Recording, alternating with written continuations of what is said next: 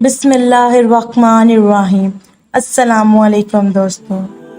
10 محرم 61 ہجری کو عراق میں کربلا کے مقام پر یہ واقعہ کربلا حق و باطل کے درمیان ایک عظیم معرکہ تھا، جس میں نواسۂ رسول امام علی مقام سیدنا امام حسین رضی اللہ تعالی عنہ نے دین کی سربلندی کے لیے لازوال اور بے مثال قربانی پیش کی۔ کربلا کے میدان میں ہونے والی حق اور باطل کی جنگ میں ایسے بہت سے واقعات پیش آئے جو نہ صرف اسلامی تاریخ بلکہ انسانی تاریخ میں بھی لازوال ہیں۔ انہی واقعات میں 7 حقائق ایسے ہیں جو ہر مسلمان کو پتہ ہونے چاہیے۔ امام حسین کے نام کوفہ والوں کے خطوط اہل کوفہ کو جب اس بات کا علم ہوا کہ امام حسین نے یزید کی بیعت سے انکار کر دیا ہے اور کوفہ کے کچھ افراد سلیم بن سعد خزائی کے مقام پر جمع ہوئے اور آپ کو خط لکھا کہ عملی یزید کے ہاتھ پر بیعت کرنے کی اہلیت تیار نہیں ہے، آپ فوراً کوفہ تشریف لے آئیں۔ جب ہم سب آپ کے ہاتھ پر بیعت کر لیں گے۔ اور اس کے 2 دن بعد ان لوگوں نے اس مضمون کا ایک خط امام حسین کی طرف لکھا۔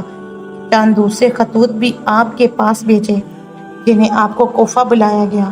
ساخہ کربلا کے پہلے شہید امام حسین کے چچا زاد بھائی مسلم بن عقیل ساخہ کربلا کے پہلے شہید ہیں جنہیں کوفہ میں شہید کیا گیا۔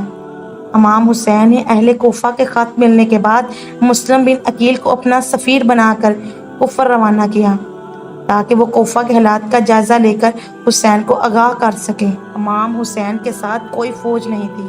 امام حسین نے جب مکہ سے کوفہ کی جانب سفر شروع کیا تو آپ کے ساتھ آپ کے خاندان کے کچھ افراد جناح تھے، بچے شامل تھے، چند اصحاب تھے۔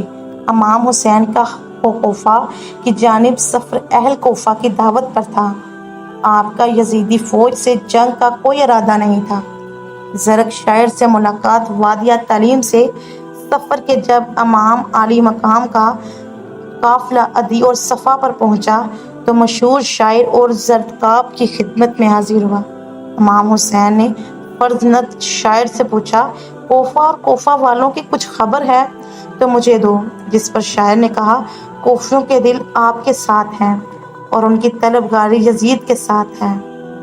کربلا کی زمین کی خریداری امام حسین کا قافلہ جب میدان کربلا میں پہنچا تو آپ نے سب سے پہلے اس علاقے میں آباد بنے اسد کے قبیلے کی سرکردہ افراد کو بلا اگر اس سے زمین خریدنے کی خواہش ظاہر کی۔ امام حسین نے زمین کربلا سار درم میں خریدی۔ زمین کربلا کی خریداری یہ ثابت کرتی تھی کہ امام حسین کسی صاحب زمین پر دفن ہونا نہیں چاہتے تھے اور لشکر حسینی میں شمولیت اور دین جدیدی رہائی کوفہ کے ایک بہادر اور دلیر سپالار تھے۔ جب کوفہ کے گورنر عبید اللہ بن زیاد کو یہ خبر ملی کہ امام حسین عراق پہنچے ہیں اور اس میں 1000 سپاہیوں پر مشتمل لشکر کے ساتھ امام علی مقام کے راستے میں بھیج دیا تاکہ آپ کا راستہ روکیں۔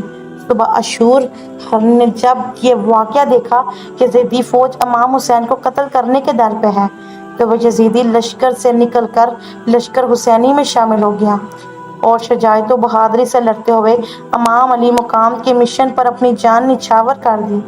میدان کربلا کے آخری شہید میدان کربلا میں امام حسین کے تمام ساتھی یزیدی لشکر سے لڑتے ہوئے شہید ہو گئے۔ اب گھوڑے پر سوار ہو کر یزیدی لشکر سے ٹکرا غم کسان کی لڑائی ہوئی۔ پھر قبیلہ کندہ کا ایک شخص آگے بڑھا اور اس نے امام حسین کے سر مبارک پر حملہ کر دیا جس سے آپ شدید زخمی ہو گئے اور سواری سے زمین پر تشریف لے آئے۔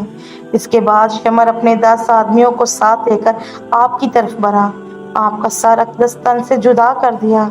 امام حسین نے جام شہادت نوش فرمایا، انا للہ و انا الیہ راجعون۔ امام حسین کا یہ اثار اور قربانی تاریخ اسلام کا ایک ایسا درخشندہ باب ہے جو رحنان منزل شوق و محبت ہیت و پسندوں کے لیے ایک اعلیٰ ترین نمونہ ہے۔ ساخہ کربلا آزادی کی ایک جدوجہد کا آغاز ہے جو اسلامی اصولوں کی بقا اور احیا کی تاریخ اسلام میں پہلی تھی۔ دوستوں، امید ہے آج کی ویڈیو آپ کو پسند آئی ہوگی۔ ہماری اگلی ویڈیو کا نوٹیفیکیشن دیکھنے کے لیے ہمیں ہمارے چینل کو سبسکرائب کریں. خدا حافظ.